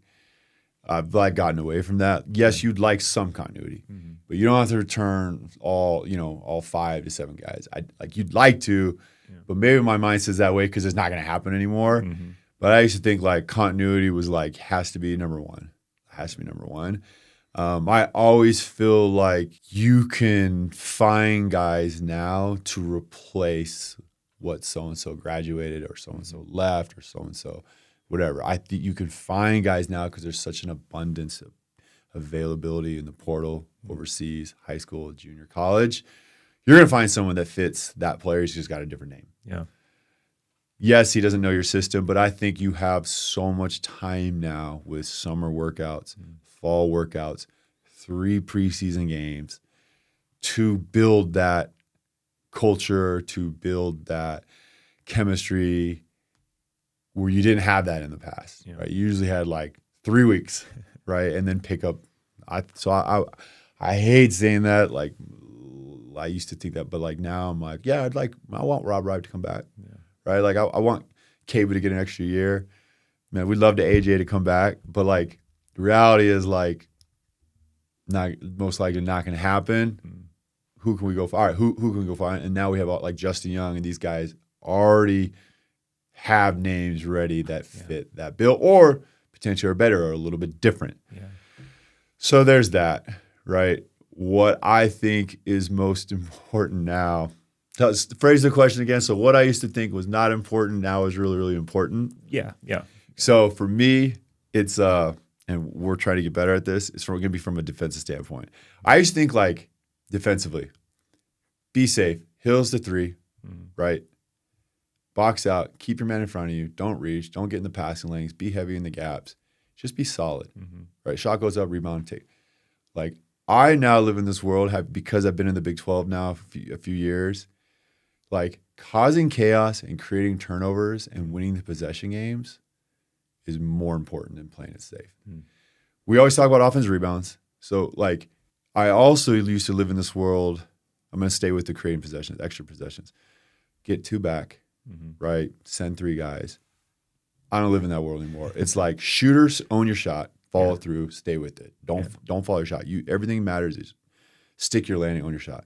Everyone else, get your butt on the glass.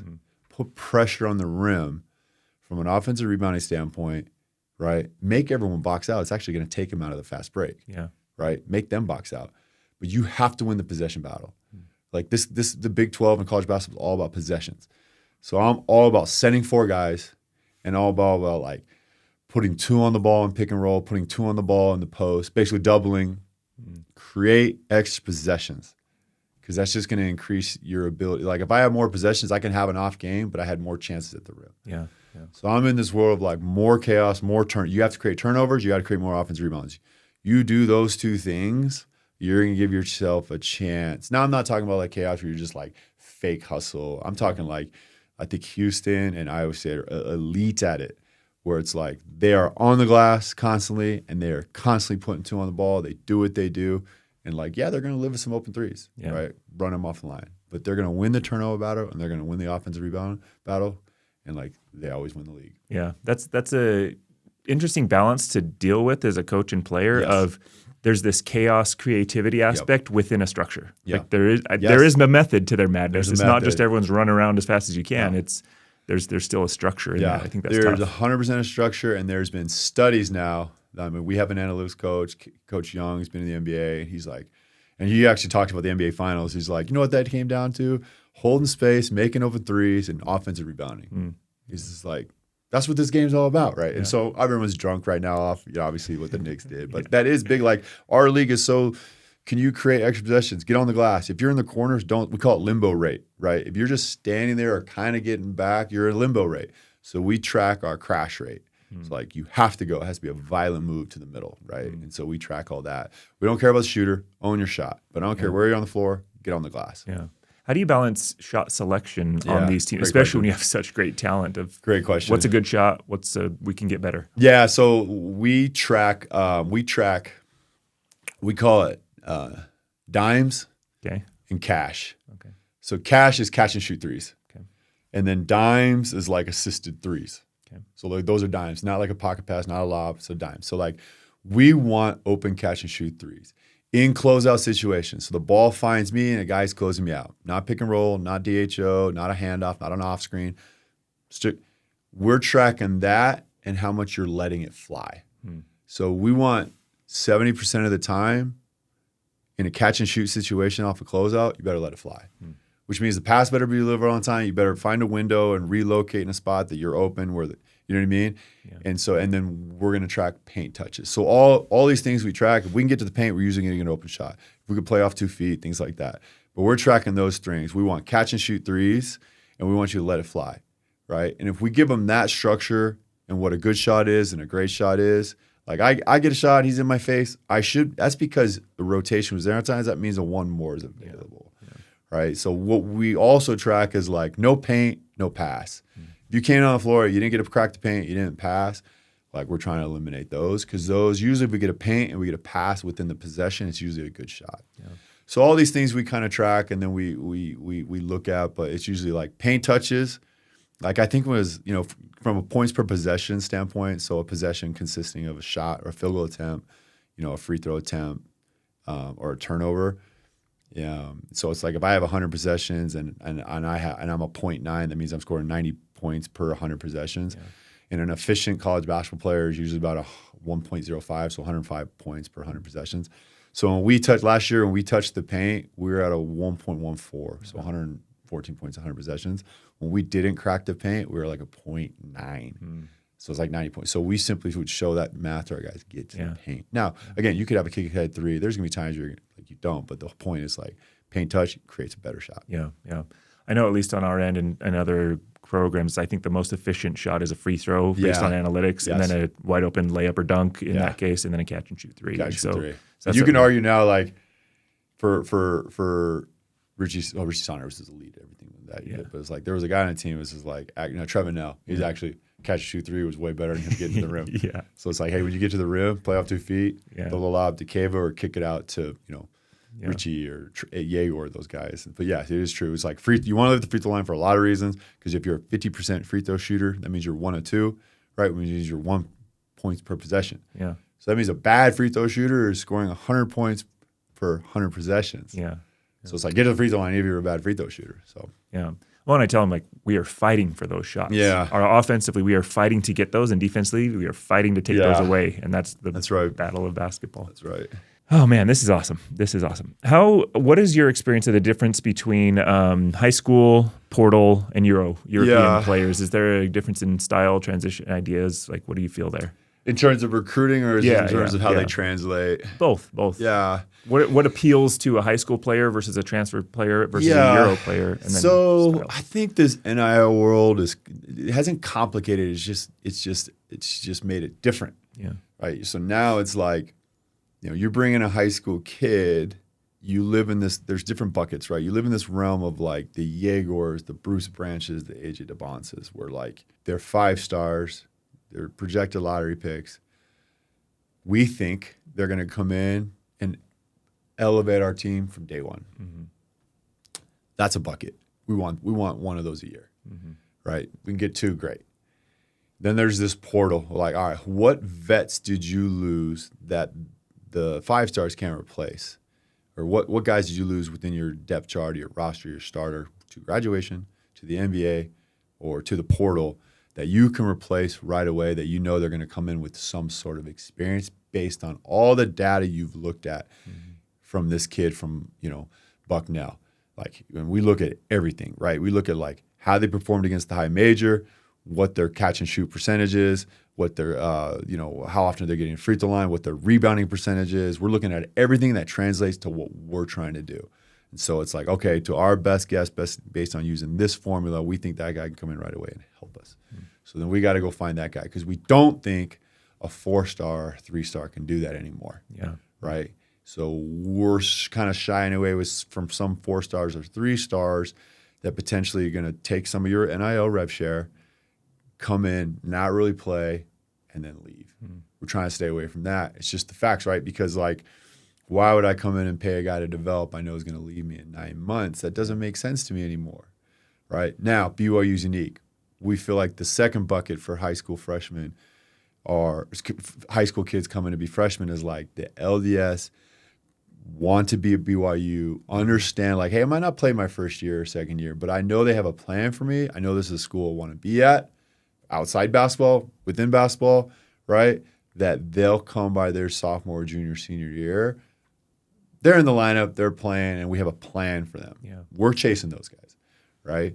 And then there's the international piece, right, where it's like we're very connected everybody's connected overseas, but we do have a couple coaches that coach over there. We're trying to find a similar to the portal guys, right, where it's like who can come in that's like 21, 22 years old and help us right away or give us depth off the bench, because we know international guys are different than the USA guys, where they'll take the role of like pulling off the bench, playing 8 to 10 minutes, and they'll be happy because that's the international way.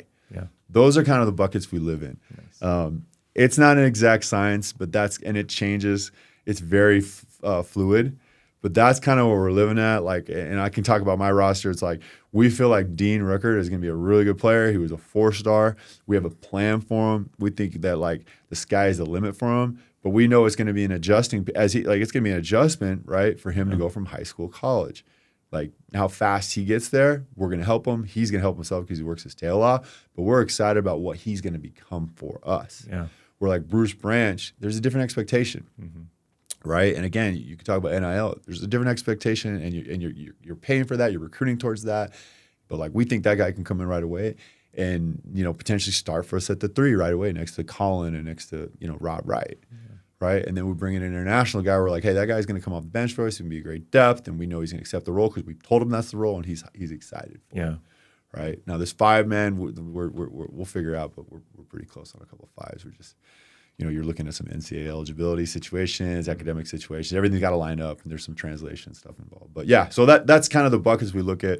Elite high school guy, your LDS bucket has to be relevant, and it is, and we want to make sure that's still the main thing with BYU. International and portal that fits what you're losing. That's a lot. It's a lot. And so that's what's great about our staff is like it's a big staff. Yeah. Great recruiting coordinator, great person to like label and put the buckets of where this guy belongs, things like that. So yeah, it's a good staff to have, make that easier. Yeah. You have been so generous with your time. I have 2 questions to kind of wrap it up here so that you can get on to your busy life. The first one is when we played and we first kind of talked about this idea, I had mentioned what is something that players and parents right now in high school and maybe even getting into college, they're just confused on. They spend too much time focusing on this thing for their kid or the kid for basketball and college basketball. What are we missing right now in the basketball world that you wish kids and parents understood? We get distracted. I'm a parent. Like I'm a college coach. I'm a former player. I'm also a parent. I'm a parent of volleyball girls. I have 2 boys. They're going to be 8th and 9th grade. And my wife smacks me on the arm all the time. Like we get too distracted on stuff we can't control, right? You can't control who recruits your child, whether your son, or we can't control if your son plays. We can't control that. Don't be distracted by that. Right? We need to be like, if I could tell parents, be as proactive as you can by supporting your child, communicating the right message to your child, right? Like, you're in the car with them. It's a great opportunity to talk about 3 things that he thinks he did well, right? And then what's one thing that you can learn from that, right? We get to, like, coach did this, coach did that, coach is screwing you. It's just it's our human nature to do that. Where, like, that has the wrong message to the child, and, like, we see it on a practice floor. It's like, oh man, we got to get his parents out of him. Like, we have to get his parents. His parents are ruining him. Or how can we protect him from his parents? Yeah. Because we're so distracted by, like, social media, points, and playing time. We're too distracted by that. It doesn't matter. It matters, but, like, that's not how you're going to get better. Yeah. Right. Yeah. And so if I could talk to parents, it's like, how are you helping your child get better with their mindset, right? With their playing ability, right? With, like, making the right play. Are they crashing? Or, like, yeah, you didn't play. You know why you didn't play? Because your son didn't crash, right? You didn't box out, or you didn't hit the one more, right? Or he turned down a shot, right? And so I think that's the one thing. And, like, I will talk to parents all the time with my own kids' teams about what they should be doing in the stands, which is cheering on their team. Yeah. Because I go to a college, I went to Section 7, I can pick out that player's parents within 3 minutes. I can pick them out. I can pick out all 5 of their parents within 3 minutes if they're there. Yeah. I know exactly. And they can see us, they can hear us, they can read. The only way your child is going to get better is if he knows if you're being proactive. So that is something I do with my kids. I'm a volleyball dad. It's the best thing that ever happened to me as a dad because I don't have a critical eye. I don't understand volleyball. I didn't know anything about it. I could just go and watch and enjoy it. Yeah. I never had to, like, oh, you're not doing this, you're not doing this, you're not doing that. They're all very, very successful, high major, all conference players. The SEC, in the Big 12, and then I got one going to Stanford, right? Like, I promise you, parents, your kids can be successful by you just supporting and loving them. Yeah. Like, you can do that. And there's going to be times, there's going to be teaching mode. Of course, there's a time to teach mode, and, like, teach them, like, you know, different things, right? But do it in a proactive way, right? I think we're ruining these kids to what they determine success is. They got to knock it off. Yeah. They have to. And I know that's really, really hard. It's really, really hard. But that'd be one thing. The next is, like, run your own race. Let your kids run their own race. This is their career. Yeah. Like, it's theirs. Like, I know you want it, but let them learn how to want it. Let them learn how to love the game, right? Now, you can guide them, but how do you know, like, this is what your child wants? You're never going to know that unless you let them figure it out, right? And so I think that if I could tell every parent as well, and I do, is, like, just support them, love them, of course. Don't be distracted, but, like, let them run their own race, right? It's okay for them to have a bad game. It's okay for them to have a learning, teaching moment, right? By being subbed out. It's okay, right? Like, that is part of being a parent in sports with a child that's an athlete. And if you can't do that, like, then you shouldn't be a sports parent, right? And so I think those are really important. Like, if you have the means and ability to make them better with the trainings and all this stuff, man, I think that's phenomenal. We live in a state, Utah, where we have a lot of resources at our disposal. That's great. But understand, like, this is their journey. This is their career, right? And sit on the sidelines, cheer them on, do the best you can, and help them from a mental standpoint to be competitive and to be tougher and play through adversity. Because I promise you, if they're athletes, there's going to be frustration, there's going to be adversity, and that's how we handle it, and what are we teaching them how to handle it, right? And we have the most influence on them, right? That's why we do, like, out-of-state kids, is because, like, their parents are gone. We don't have to worry about the outside influence on them, right? Now, we can't control what the conversations are on the phone, but, like, that is something, like, I think that we get in this, like, fear, like, we're teaching these kids to be fear-based mindsets, and so they're embarrassed. And what do they do when they're embarrassed, right? They hide.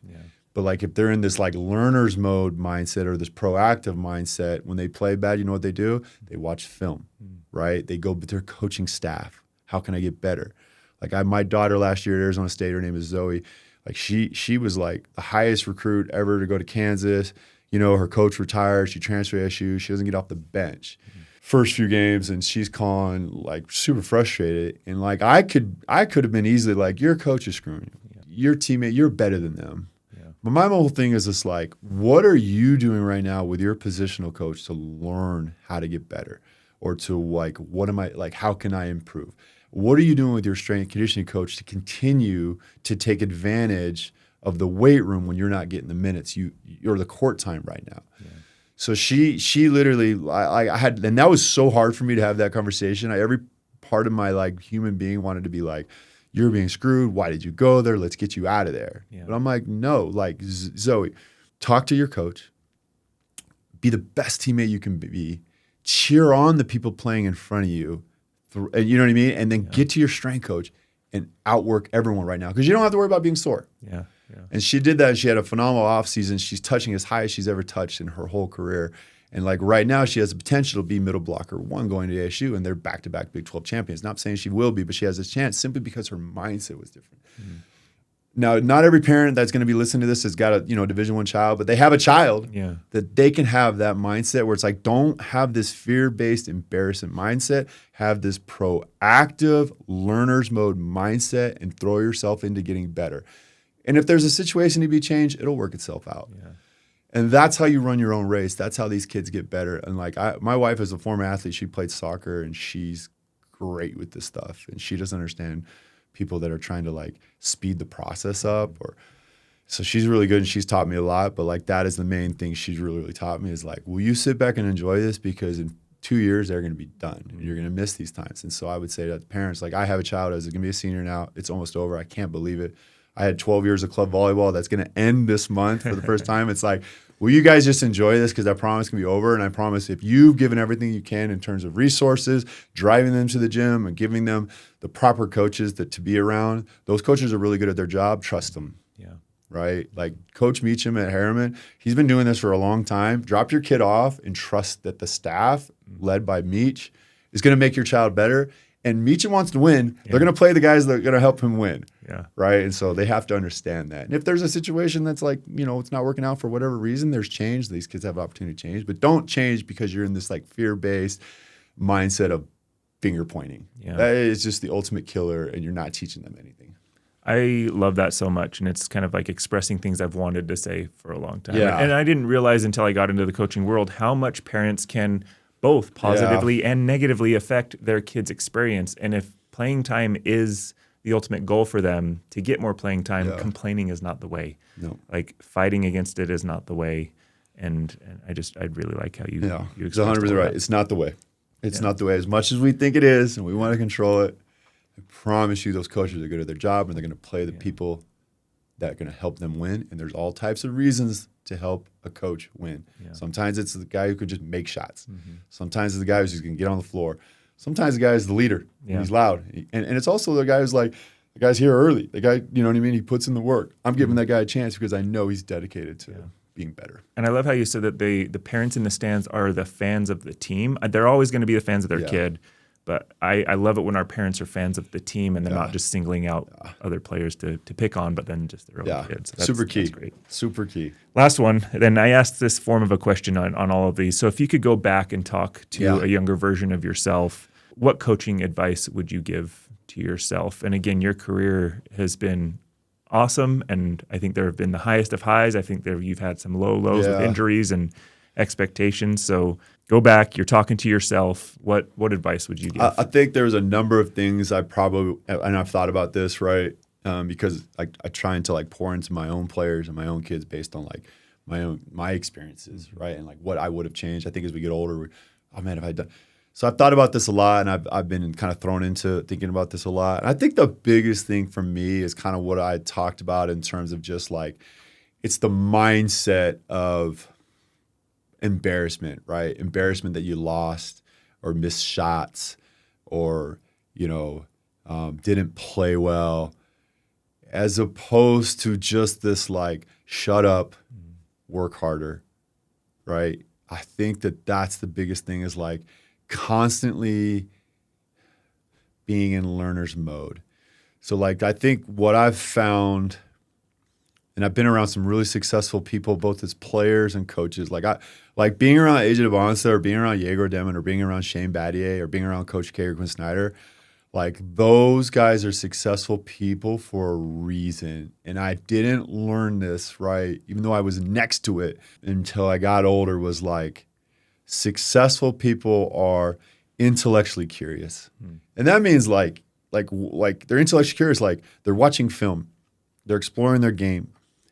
They're learning about their teammate, right? They're just intellectually curious. They're extraordinary teammates, whether things are going well or things are not going well. They're extraordinary teammates, right? Shane, whether he's rebounding for you and things aren't going well, he's cheering you on. You got it, right? Same with AJ. He's such an extraordinary teammate. Same with Yegor. He's such an extraordinary teammate, right? And then the third thing is like they have passion, right? Like like you have those. If I could tell myself, man, if you just have those three things, no matter what else is going on, if you have those three things, you will be successful, because all the successful and I'm talking about like even like I've got to be around guys like Ryan Smith or John Huntsman. Yeah. Like those people have these qualities. It's like they're intellectually curious, man. They are freaking like extraordinary teammates, and they have passion. They have passion. And if you do that, like I think you'd be successful no matter what you are, no matter what you do. And I think that like I wish I could tell myself that, because I think we get caught up, especially right when there's a ton of frustration and adversity as athletes and as just human beings, right? And it's just like, keep those things in mind. Yeah. I promise you, man, like when things aren't going bad or you went 0 for 5 from the free throw line, how can you learn from it? Yeah. How can you be a better teammate? Throw yourself into being like enjoying the game and having passion. I bet I would have went like 3 for 4 the next game, right? Yeah. But as opposed to like, oh man, I'm the worst, and like I can't do this, and like I can't make a free throw, and like please don't foul me. Like where does that take you, right? That just makes it worse, and you're just super reactive. So that's what I wish I could tell myself, and but I've had this unique opportunity where I get to be around like guys like my 18, 19, 20, 21, 22, 23-year-old self every single day. And so I do try to pour in, and as well as my own kids, right? I do try to pour into what I've learned, right? And I'm around Mark Pope, man. The guy's a head coach at University of Kentucky. I've learned so much from him. And Mark Pope was around Rick Pitino and George Karl, right? And like, I forget his name. He was the head coach he won a championship with the Pistons and went to the Pacers. Rick Carlisle. Oh, yeah, he was around Rick Carlisle. So like, I've got to learn so much from Pope, who's learned from them, right? And then Kevin Young, I do learn from Chris Paul, right? That guy learned from Devin Booker, so I get to learn from these guys, right? And like Will Voigt, my assistant I work with, he was with the Spurs organization. So I've got to learn from so many people, and so I think that's part of being intellectually curious and then pouring into the guys that I'm around. Like that's what I think. Man, that's what I think I'm supposed to be doing. I love it. I love it so much. And as a high school kid, again, these guys would come back and say, hey, you're going to miss this and enjoy it, and failure's okay and all that stuff. And at the time I was like, yeah, whatever. But now I'm like, oh man, I wish I would have like internalized that. And you talked about the failure and embarrassment and learning. And one of my favorite quotes now is that the master has failed more times than the novice has even tried. And I think that that's such an important thing for these kids to know, is that failure's okay and that you don't get good without it. It's 100%. Like that's such a good saying. Yeah. Because I have a son that way, and I'm just like, I'm trying to pour in just as much as my players, as we are, right? We're parents. Like, yeah, I'm a coach, but we're parents, and so it's like we're trying to make sure that we are, as parent coaching this, like saying the same thing to our own kids as we're saying our players. We better believe it and practice what we preach. Can't just say it. So yeah. Well, I hope that anybody who's watched this or listened, that they've gotten, I've gotten so much out of this. So thank you for doing this. I'm going to root for you, for BYU, just you personally as well. I just love it. So thank you for taking this time. I appreciate that. Thank you. This was a lot of fun.